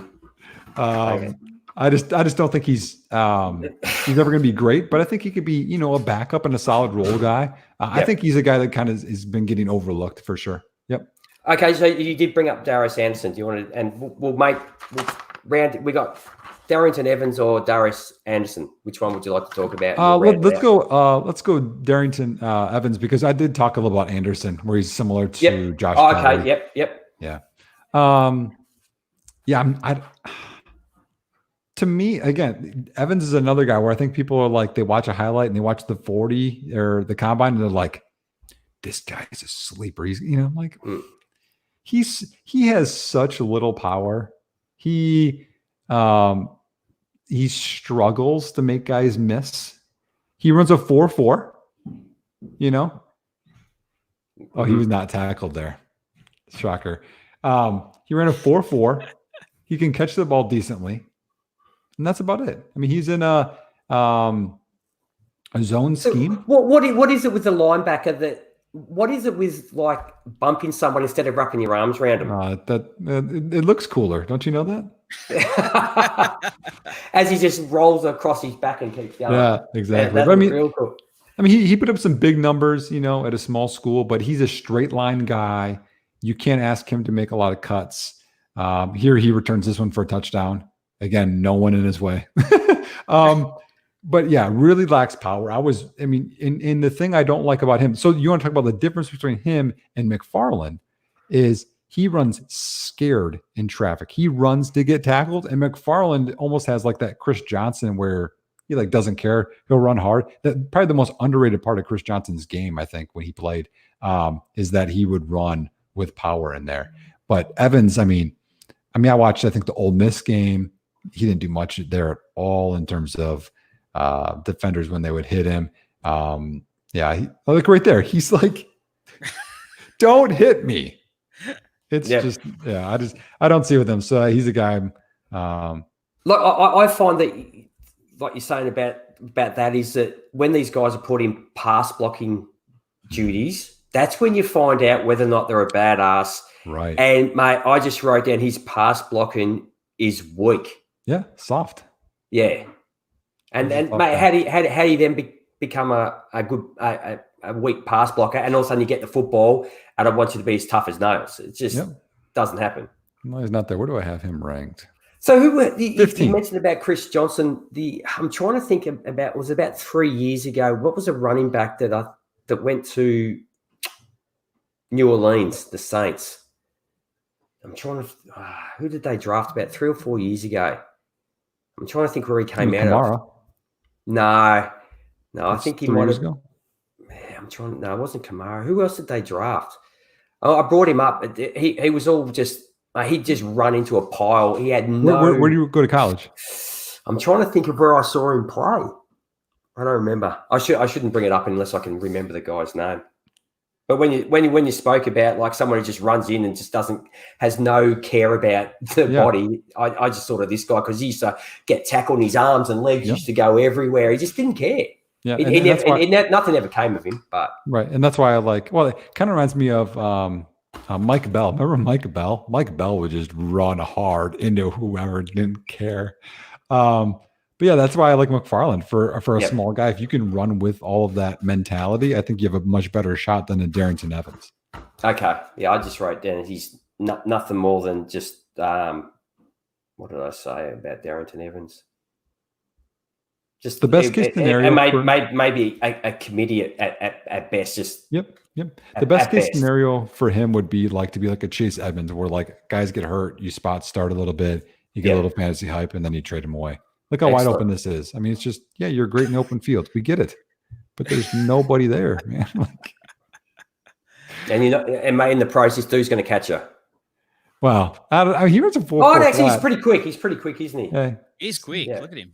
He's 4.4 flat. Mate, so there's some guys that take little steps and they look quicker. Now, what I've always done, like I said to Matt when we talk about wide receivers, is I look at how quickly they cover 10 yards. Yep. I'm not looking at his legs. I'm looking at how much ground that they cover. Mm-hmm. Because there's a lot of wide receivers in this class that take big steps, and people that think they are slow. Man, he's taken 3 steps and he's covered 10 yards. Yep. Yeah. I mean, in college, we would love it if a guy could get 5 yards and 2 strides. They're legit. Yep. But yeah, if you're talking 3 and 10, that's some of these receivers, Yeah. They're 6'3", probably 6'4". Yeah. Yeah, I love the big guys. They get me every year, and I'm always, I draft them, and then I'm going, what do I do that for? I mean, speaking of, one of them is like T. Higgins. I'm way higher in T. Higgins than most people. I think he's fantastic. Yeah, I think he's my number 3. I think it's about where I have him right now. And Denzel Mims is my number 2. Oh wow. Yeah, I'm sorry. I was huge on what was his name, AJ? Preston Williams. No, he was my number 2 last year, Preston Williams. Preston Williams was my 5 last year. Yeah. There we go. We got him up in top 5. Huge fan of Dorial Green-Beckham. Oh, right. Oh, I loved him. Oh, wow. Really? Yeah. He only played one spot. He was always the left split end. He didn't really line up anywhere else. Yeah, it's just it's the big guys. Yeah, just the NFL's going away from the big guys, though. I know, I'm a sucker. But I mean, again, what I'm known for is Corey Davis and Cortland Sutton. So Sutton was a big guy. If you have the flexibility in your big guy, it matters way more to me. If you can bend and move and get out of breaks, it really Preston Williams can do that. Yeah, and saying that is that people should go back where people do comps and they go, he comps to AJ Green. Actually go back and have a look at AJ Green's college tape. I know no one comps to that. Very, very few people comp to that. He's special. His ball skill was special. Oh, mate, his movement, his bends at his hips. Yep. He was rubber man. Yep. And that's why I struggle when people are like, oh, LaVisca Chenault, his comp is Cordell Patterson. Do you remember Cordell Patterson at Tennessee? He was ridiculous. He set a record his only year in college. And actually, here's interesting. So I spoke prior to us being on air that I used to be at Matt Waldman's site. Well, my first article I think I ever did was I called it the elusiveness factor. And it was highlighting Patterson coming out of college. So that's how long I've been doing this. And I watched every play I could of Patterson with the football in his hands. And then I used Tavon Austin and Robert Woods in that class as well as baselines. I mean, well, Tavon was supposed to be elusive too. Yeah. Right. And I put in like the rate at which they would make a guy miss. And Patterson blew them so out of the water. It's not even funny. In fact, there's only one time where like the initial guy was there and Patterson tried to make a miss. There was only one time in college he didn't make the first guy miss. Okay.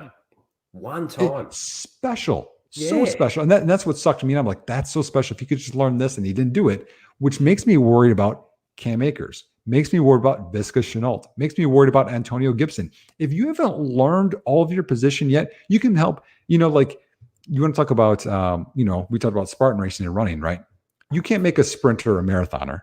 You can't make a marathoner this great sprinter, because we all have, I don't know what, 75, or, probably 50% quick or slow twitch fibers in us. Yep. 25 is the other. You got 25 that you can make one way or the other, but you're never going to be, you kind of are who you are. And it's like, how much can these players evolve? And I think it's a small bit that they can get that much better.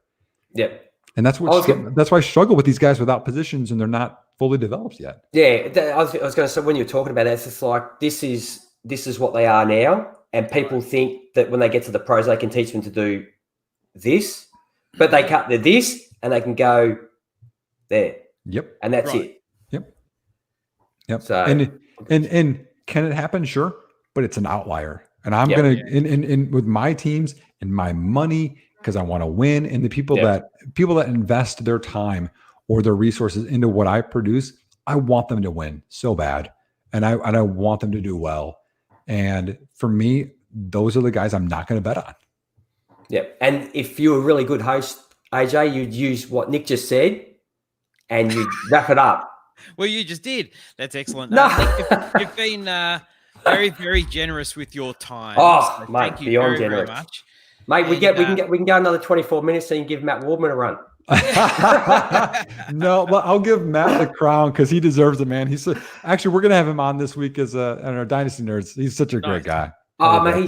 Mate, just like I said to you in text me before we came on, I think he really appreciates people that he realizes that actually sit down and put out. Like I put a lot of, not that I know exactly what I'm doing, but I do. I sit down every night for a couple of hours, every night for a couple of months and watch guys. So when we get on, I'm not just sitting here asking you questions and going, next bloke. So, and I think Matt and I think you appreciate the fact that there are people that actually get on with you and have watched these guys. Yep. Because I mean, it's like you said, it's not just, okay, who are your top 5 guys? Okay. That was a great podcast. Like you want to know the more. Okay. So, and we should disagree. We should, well, I saw this and I saw this.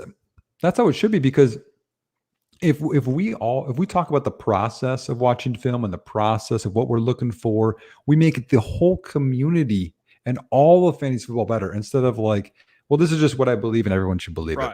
Yeah. That's not, I mean, I want to learn. I think that if you're not learning, you're falling behind, and we all need to learn. I've always said, if you're standing still, you're going backwards. Yeah, there you go. Same thing. You know, it's not black and white every year when the NFL draft comes around, don't you? Because you see 32 different opinions, and you see teams, well, so-called reach on guys, and you think, what on earth did they see? So it is always, always a surprise. There's always surprises. Right. And I actually have one thing to that I think that people miss on so much when they watch the draft. Okay. And they're like, oh, my team, they should have got this receiver. This guy's going to get more receptions, more yards, or et cetera. NFL teams aren't drafting for fantasy. They're not. No. They're drafting for roles and scheme fits to make their offense better or more dynamic. And that's why Henry Ruggs is going to go higher than he is in fantasy in the NFL draft, because he's going to add a different dimension to a team, or that's at least what they think. Right. And that's okay. So what the NFL doesn't have to match up with what you do. It doesn't. You can love Preston Williams and the NFL doesn't love him. Yeah. And that can be okay. Or, so that doesn't always work out, but that's why, because they're not always going to be similar. They're going to be very different. That's why Tavon Austin got higher. That's why Will Fuller went higher. That's why John Ross went higher. Then they all should have. Yeah. Because they wanted a different dimension. Yeah, because that people look at it and go, why did they pass over a certain place? Because the team's not looking for that in who they want. So they pass on a guy that you think they should go and take, but the team doesn't need that in the proper NFL. So, I mean, the gut feel from a lot of fantasy players is, Will Fuller's the best wide receiver in the class. Well, no, that's not what the evaluation necessarily was. But the Texans had him number 1 on their draft board because of the fit. Yeah, that makes sense. Exactly. Well, they averaged, what was it, the stat this last year or in his career? They averaged 1 touchdown more per game with Will Fuller in the lineup than him out of the lineup. Right. Well, we'll see how it goes this year. Yeah. Right. Yeah, we'll see. Get a football season going. Yeah, if we do. Yeah, we'll see. Well, that's right. It's going to be very interesting with no OTAs and camps and see how it all comes together now. So, but anyway, Nick, thanks so much for your time, mate. It's been awesome having you come on. Yeah, thanks. No, I appreciate it. I was looking. We tried to do this last year, if you remember. We did. I'm glad we did it. I'm glad we did it this year. No, it's great. It was great, and hopefully you'll be our running back dude for years to come. Yeah, no, yeah. We can do post draft too if you guys wanted. Oh, that'd be great because everything's going to change. Everything's going to change. Yeah. So, what position? Before we go, what position changes the most after the draft? Wide receivers, running backs. Man, I care more about talent than I do about situation. But I think it's running back the most. Situation makes such a difference, though, doesn't it? It really yes does. And no, though. Wide receivers maybe not so much, but running backs, you know. I like Rodney Anderson, whether or not you liked him or not, and then he goes to Cincinnati, and you just go, well, that's the end of that. Basically, because I'm a massive Joe Mixon fan. I reckon Joe Mixon's awesome. But I mean, look at Paris Campbell last year, right? People loved him and loved the situation, and then the situation changed, and now he can be had for a third. And that just switched just like that, just based on situation. Because you've watched tape, right? Paris Campbell wasn't a first-round rookie pick, but then he switched. You could say the same thing with Mecole Hardman. They loved the Mahomes fit. Now, again, it could change. It could happen. But then A.J. Brown, let's move him down, right? Yeah. When he's good. And he did prove he's good. So, I mean, it can go both ways. There's good and bad cases, all of that. But I care more about talent than situation. But yeah, he was my number 3 last year, AJ Brown. On my wide receiver. He was my number 3. I think he was my 2. I think 2. Yeah, I had Hakeem Nicks, Preston Williams, AJ Brown, Jalen Hurd, Hakeem Butler. Hakeem, what did I say? Hakeem Nicks. Hakeem Butler. Sorry, Hakeem Butler. Hakeem Nicks. That was a guy, wasn't it? Yeah, and Riley Ridley was my number 5. Oh, man, I did not like Ridley. I'm a Bears fan. They got Ridley and Montgomery, and I was so mad. What do you like about Ridley? I don't think that he was explosive enough. I think that he danced too much after the reception. I know that people loved his route running ability, but I think he took too much time with his routes. Yeah, I don't see it coming together for him. Okay. I'm looking forward to proving you wrong. Go ahead. Hey, him and Montgomery. I got people lined up around the door about Montgomery. I'm telling you that much. And so far, I'm winning. No. I'll be behind you on the Montgomery, man. I'll have you back on that one. I'll have you back on that. I just can't do it on Riley Ridley. This is it's that snake charmer thing that he's got going on me. Just the way he flows. Yeah, he can I'm run a good sucker. routes. And I hope I'm wrong because he's a Bear, so I'm a Bears fan. Yeah, so I hope that he does well. Excellent. All right, well, we should let you go. Go and type away, get some articles out. People can read. So, where can people find you? Yeah. So I'll take a minute. I got a few things going there. So, on Twitter, I'm at _Nick Whalen. I am starting a new website. That's part of my delay with getting my publications out is that it takes a while to get websites made. Professional ones done anyway. I'm finding that out. So when it is live, it's going to be nickwhalen.org. It's going to house my life coaching business, my publications, and I'm going to talk about Spartan racing on there too, because I think it's something I'm passionate about and it's fun. So I write for 4for4 and Dynasty Nerds, but I think the biggest thing is I guess it's just to talk about is my life coaching business, which I know is not something that people always love talking about, but I don't think that people are perfect, outside of Twitter either. And I'm a counselor. That's my job, is my full-time job. So I've been doing it for a decade, and I wanted to take it to Twitter, and I wanted to help people out if I can. So that's what that business is. And in the end, it's, who knows how much money I'll make. I just want to make a difference. So if you have any doubt, you can just schedule a call with me. We can have a conversation and just see if it fits. Cool. And mate, you don't look like your profile pic. It looks like you got blonde hair, dude. What's going on? Wait, it got. Did you highlight it? Did you just to make No, it? no. Give you How a about now? circulate. How about now? Yes. I don't know. I don't know. Yeah, that's fun. That's I'm OC there in that picture. That was yeah, that was a fun year. Excellent. I miss Okay. those guys. So we should let you go. You've been awesome. You should wrap it up, AJ, because you've been sitting there just taking notes. Yeah, absolutely. I have. It's been great. Nick, thanks so much for your time. It's much appreciated, and lots of good oil, as they say, for those listening, watching or listening. And the draft is soon upon us, which is super exciting as well. So Roger Goodell's going to be doing it from his basement, but I can imagine he's got a pretty expansive basement. Frankly, he's probably got a TV studio in his basement, but it's going to be fantastic. Thanks, Nick. People can I'll put your link up there before, but people can catch all of your great stuff. If they go to your Twitter site, they can find all the references there. But thank you for your time. Well, thanks for having me, guys. Again, I'm really pumped that you guys had me on. No, it's great, man. We'll get you back after the draft done, and we see where people land, and it'll change how not how we see them as a player, but it'll change how we see the situation. Obviously, right. Absolutely. Yeah, I look forward to it. Excellent, Nick. Thanks very much, buddy. All right. Cheers. See you, Nick. See you guys. See you later. All right, gee, well, that was fantastic having Nick on. And man, mate, he said, "Can we keep it to an hour?" We're at an hour 46, but he didn't seem to. I hope we haven't upset him. He didn't seem like he wanted to leave yet. No. I think he wanted to talk about it. But, yeah, excellent. And listen, we need a new system because when we're in studio, I always give you the wrap, you know. Yeah. And I was texting you. You, hey, watch the time. Mate, I was watching. Nick, what about this? What about this? What about this? And I'm thinking, gee, we better wrap up. How long was that ago? An hour ago. Okay, no worries. I heard my phone going off. I just grabbed it and threw it up out of the way. So, thanks, Casey. Thanks for joining us. Thanks, dude. Yeah, we had quite a few people come in and out of the live stream as well, which was nice. Yeah. No, Nick's fantastic. Like Matt, he sees what he sees and he believes what he believes, and he'll stick with that. So I didn't want to.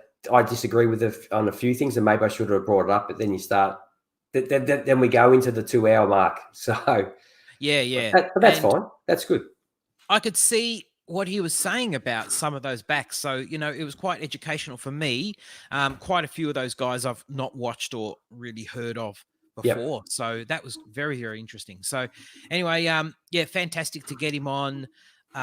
We will have to, who are we doing for quarterbacks, G? I have no idea. I'll start looking at quarterbacks. Memphis. Maybe we'll get Memphis on. We might. Yeah, we'll see how we go. We need to get Memphis on anyway. Yeah, we'll see how after what happened yesterday on our recording, he dropped out. Oh, yeah. So he's just bobbing around the ocean, just treading water, the best he could. That's right. Anyway, right. We will put a nail in this, and it's been fantastic. So thank you, G, for all of your hard work too, man. You do the hard yards. Mate, it's great to have Nick on because there's a few guys that I was sort of on the fence about, and for him to sort of sway me either to the positive or the negative is good. Especially Keyshawn Vaughn, Vanderbilt, the one that he spoke about, was one guy that I sort of I didn't know which way to slide with him. Yep. Gee, sleepers. Next show. Oh, yeah. I've got a couple, but I'm not giving them out. I play against too many people in dynasty leagues. I don't want to do that anymore. So, but I mean, Nick also makes a fair point about how deep it's worth going on some guys, you know, like without it. There are some of these guys that have got very slim chances of being fantasy or NFL relevant. Yeah, and that's I find the hardest thing when I'm looking at these guys is you see the good traits in them, and like I said, if people have bad traits, they have good traits, and you think you got to try and work out whether or not they're going to be good enough to have a role in the NFL. Yep. And sometimes that's the hardest thing to work out. Yes. But that's, mate, you go and everybody on the fantasy, you all have taxi squads, and I will chuck guys on there that are just flies that I hope, and look, we have them all the time, don't we? Every year. Oh, yeah. There's a few guys that come from nowhere. Absolutely. Absolutely. But Tom Brady, 6th round. Hard to, but it's very, very hard. No, I'm like joking. That's what people always will hang their hat on, won't they? Like, oh, Tom Brady. Yeah, well, that's what we spoke about at the top. You can't keep bringing up. You can't. It's outliers like that. It's just no. As Nick said, you stick with the guys that have the talent. Yep. And you pick them up, and if it doesn't work out, well, it just doesn't work out, and sometimes it happens. We see guys falter when they get to the NFL after having great college careers, and we see guys that were just spit plays in the college system and rise to greater competition. Yeah, we see it every year. So absolutely, So and a lot of that comes down to a mindset, doesn't it, AJ? And we don't know what their mindsets. No. You look at Devontae Parker. I mean, it's all about mindset with him. I think that held him back for how long has it been? 4 years? 5 years? 5 years, maybe. Yeah. Yep. And maybe he's just and some guys went on upstairs. Yep. And some guys are just happy to make the NFL, and that's great. I've made the NFL. Yeah, exactly right. What I do here, is all a bonus. Yes. Okay, well, listen, we'll wrap this up. Thanks, everybody, for listening and showing your support of us by, listening to what we've got to say for whatever value it has. And,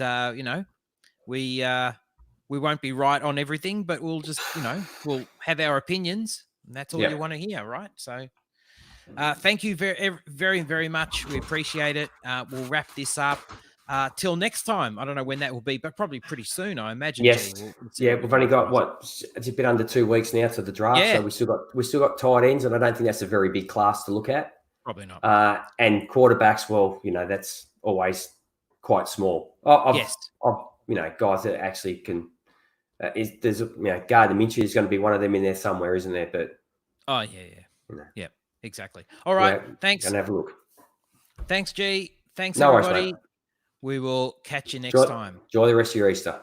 Yes, absolutely. And end.